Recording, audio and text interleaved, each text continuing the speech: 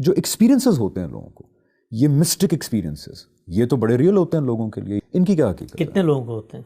لوگ بڑا کہتے ہیں جی مجھے نظر آ گئے، مجھے فلانے نظر آ گئے، مجھے یہ ایکسپیرینس ہو گیا، مجھے وہ ایکسپیرینس ہو گیا. اس کی کیا حقیقت؟ یعنی 6-6.5 ارب کی آبادی ہے، اس میں اگر کبھی سڑک پہ جائیں، آپ لوگوں سے ملیں، آپ کا بھی کتنا پبلک انٹریکشن رہا ہے، ہم بھی کوئی 200-400 لوگوں سے مل ہی لیتے ہیں مہینے میں، یہ کتنے لوگوں کو ہوتے ہیں؟ چلو میں کہتا ہوں جی کروڑ لوگوں کو ہو گیا. پھر بھی یعنی کل ملا کر اگر 2-4-5% لوگوں کو ہو جاتے ہیں دنیا میں، تو سوچنے اور غور کرنے کی یہ بات ہے نا، باقی کو کیوں نہیں ہوتے؟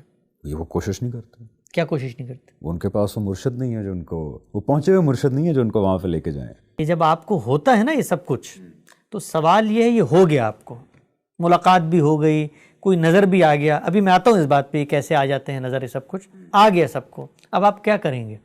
میرے پاس آئیں گے نا، مجھے بتائیں گے کہ بھئی اللہ تعالیٰ سے ملاقات ہوئی، انہوں نے کہا حسن صاحب کو یہ ہدایت دو، تو مجھے تو اللہ میں کچھ اور بتا کر گئے ہیں. مجھے تو قرآن مجید بھیجا، پیغمبر بھیجے، روایت بھیجی، سب کچھ بھیجا، اس میں تو مجھے کچھ اور بتایا ہے، اور وہ روایت تو مجھے پورے کے پورے انسانیت کے تعامل سے مل رہی ہے. اس میں تو کوئی ایک شخص بھی جھوٹ شامل نہیں کر سکتا. ارب ہاں لوگ مجھے بتا رہے ہیں قرآن مجید یہ کتاب ہے، ایک آدمی نے تو مجھے دی نہیں، اس کی آیتیں متعین ہیں، سنتیں پوری کی پوری متعین ہیں، پوری کی پوری دنیا کے انسان مجھ تک وہ پہنچا رہے ہیں، اس میں تو غلطی کا امکان ہی نہیں ہے. یہ آپ آ کر جو مجھے کہانی سنا رہے ہیں، تو میں اس امکان کو مانوں کہ غلطی آپ کو لگ گئی ہے، اس امکان کو مانوں کہ میرا سب کچھ غلط ہو گیا.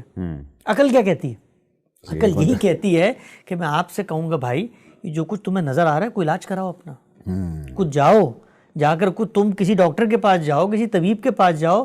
انسان کو اللہ تعالیٰ نے جو صلاحیتیں دی ہوئی ہیں، تو اس کے اندر غیر معمولی صلاحیت ہے اپنی نفسیات، اپنے دماغ، ان چیزوں کو کنٹرول کرنے کی، ان کی بنیاد پر تخیل پیدا کرنے کی. خیالات کی دنیا میں انسان جیتا ہے.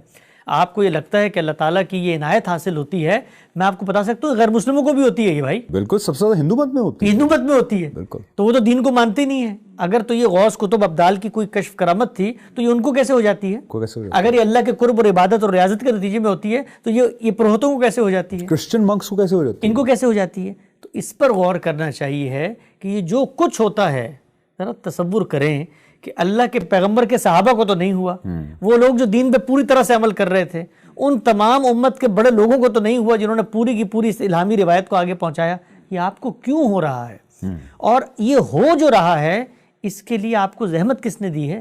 کس نے کہا ہے آپ کو آپ جنگلوں میں جائیں سب کچھ کریں؟ نہیں، مرشدین کی کرا دیتے نا، پہ ہاتھ رکھ کے آنکھیں بند کرو، ذکر کرو، اور ذکر کرتے کرتے وہ ایک عجیب سا ایکسپیرینس ہو جاتا ہے. یہ جو پورا کا پورا تصور ہے کہ تمہارا قلب جاری ہوگا، اللہ کا قرب حاصل کرنا ہے تو ذکر بالجہر کرو، اور 4 سلسلے ہیں، چشتیہ ہے، سوروردیہ ہے، یہ قادریہ ہے، یہ نقشبندیہ ہے، اور جب ذکر جاری کرو گے تو قلب جاری ہوگا، پھر فنا فی الشیخ ہونا، پھر فنا فی الرسول ہونا، پھر فنا فی اللہ ہونا ہے. سب کچھ ہونا ہے.